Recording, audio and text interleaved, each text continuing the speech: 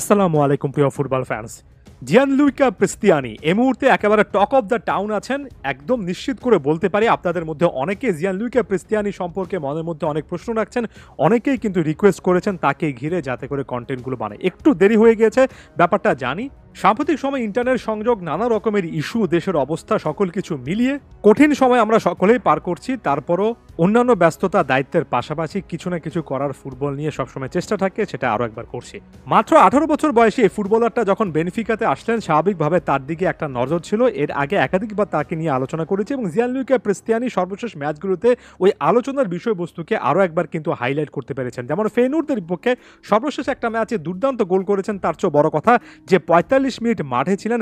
এক কথায় জিয়ানলুইকা প্রিস্তিয়ানি দেখিয়েছেন ক্লাস কাকে বলে এবং কেন তার মতো একজন প্লেয়ারকে আর্জেন্টিনার ভবিষ্যতে দরকার হতে পারে। এবং এই জায়গায় এসে একটা কনফিউশন সকলের মধ্যে থাকে। জিয়ানলুইকা প্রিস্তিয়ানিকে সাবেক ইতালিয়ান কোচ রবার্তো মানচেনি তার দায়িত্ব থাকাকালীন সময়ে ইতালিয়ান জাতীয় দলে ডাকার একটা চেষ্টা করেছিলেন, কারণ প্রিস্তিয়ানির ডুয়েল সিটিজেনশিপ আছে। আর্জেন্টিনার পাশাপাশি তিনি ইতালিয়ান ওই দলটাতেও খেলতে পারেন, জাতীয় দলে খেলতে পারেন। তবে এখন পর্যন্ত বয়সভিত্তিক ফুটবলে জিয়ানলুইকা প্রিস্তিয়ানিকে কিন্তু জাতীয় দলে দেখছি। বেশ কয়েকটা ম্যাচ খেলে ফেলেছেন আর্জেন্টিনা অনূর্ধ্ব 17 দলের হয়ে। 8টা ম্যাচে 3টা গোল, 2টো অ্যাসিস্টও ছিল।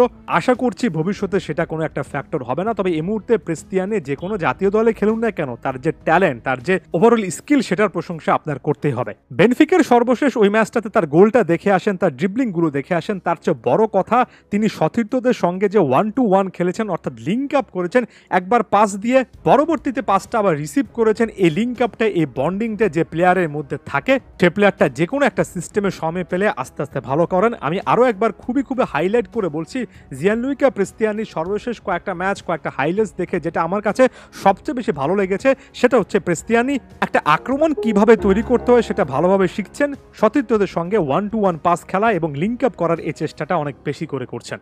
এখন এই প্লেয়ারটার প্রোফাইল সম্পর্কে আরও একবার আলোচনাটা করতে চাই। 18 বছর বয়সী এই প্লেয়ার মূলত রাইট ফুটের একজন ফুটবলার এবং মূলত একজন উইঙ্গার। তবে সহজাত পজিশন যেটা রাইট ফুটের উইঙ্গারদের ক্ষেত্রে লেফট উইং হয়, জিয়ানলুইকা প্রিস্তিয়ানির ক্ষেত্রে সেটা কিন্তু রাইট উইং। অর্থাৎ মূলত তিনি এখন পর্যন্ত তার ইউথ ক্যারিয়ারের বেশিরভাগ ম্যাচ রাইট উইঙ্গার হিসেবে স্টার্ট করেছেন। তবে সর্বশেষ বেনিফিকার বিপক্ষে ওই ম্যাচটাতে একজন সেন্টার অ্যাটাকিং মিডফিল্ডার হিসেবে যখন স্টার্ট করলেন, তখন মোটামুটি বলা যাচ্ছে যে প্রিস্তিয়ানি এমন একটা প্রোফাইল যেটা ভার্সেটাইল একটা প্রোফাইল হতে পারে। কোচের বা দলের প্রয়োজন অনুযায়ী তিনি কিন্তু একাধিক পজিশনে খেলতে পারেন, হয় রাইট উইংয়ে অথবা সেন্টার অ্যাটাকিং মিডফিল্ডে পিচের মাঝখানে।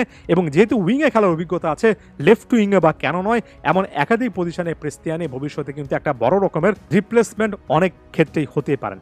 ভ্যালেস সাসফিল্ড থেকে উঠে আসে প্লেয়ারটার স্পিডের ক্ষেত্রে তার লো সেন্টার অফ গ্র্যাভিটি অর্থাৎ হাইটটা কম হলেও যে অ্যাডভান্টেজটা পাওয়া যায় সে জিনিসটা খুব ভালোভাবে কিন্তু আদায় করে নিতে পারেন। একজন ডাইনামিক ফুটবলার, টেকনিক্যালি খুবই গিফটেড, বল কন্ট্রোল অর্থাৎ বলটা পায়ের সাথে লাগিয়ে রাখার একটা অ্যাবিলিটি আছে, ড্রিবলিং তো অবশ্যই আছে, এক্সেলারেট করতে পারেন অর্থাৎ হুট করে গতি বাড়িয়ে ফেলতে পারেন। তার ফার্স্ট টাচগুলো অর্থাৎ বলটা যে জায়গা থেকে তিনি রিসিভ করছেন সেই ফার্স্ট রিসিভটা অনেক ভালো পেস আছে, ভার্সিটালিটির কথা তো বললাম।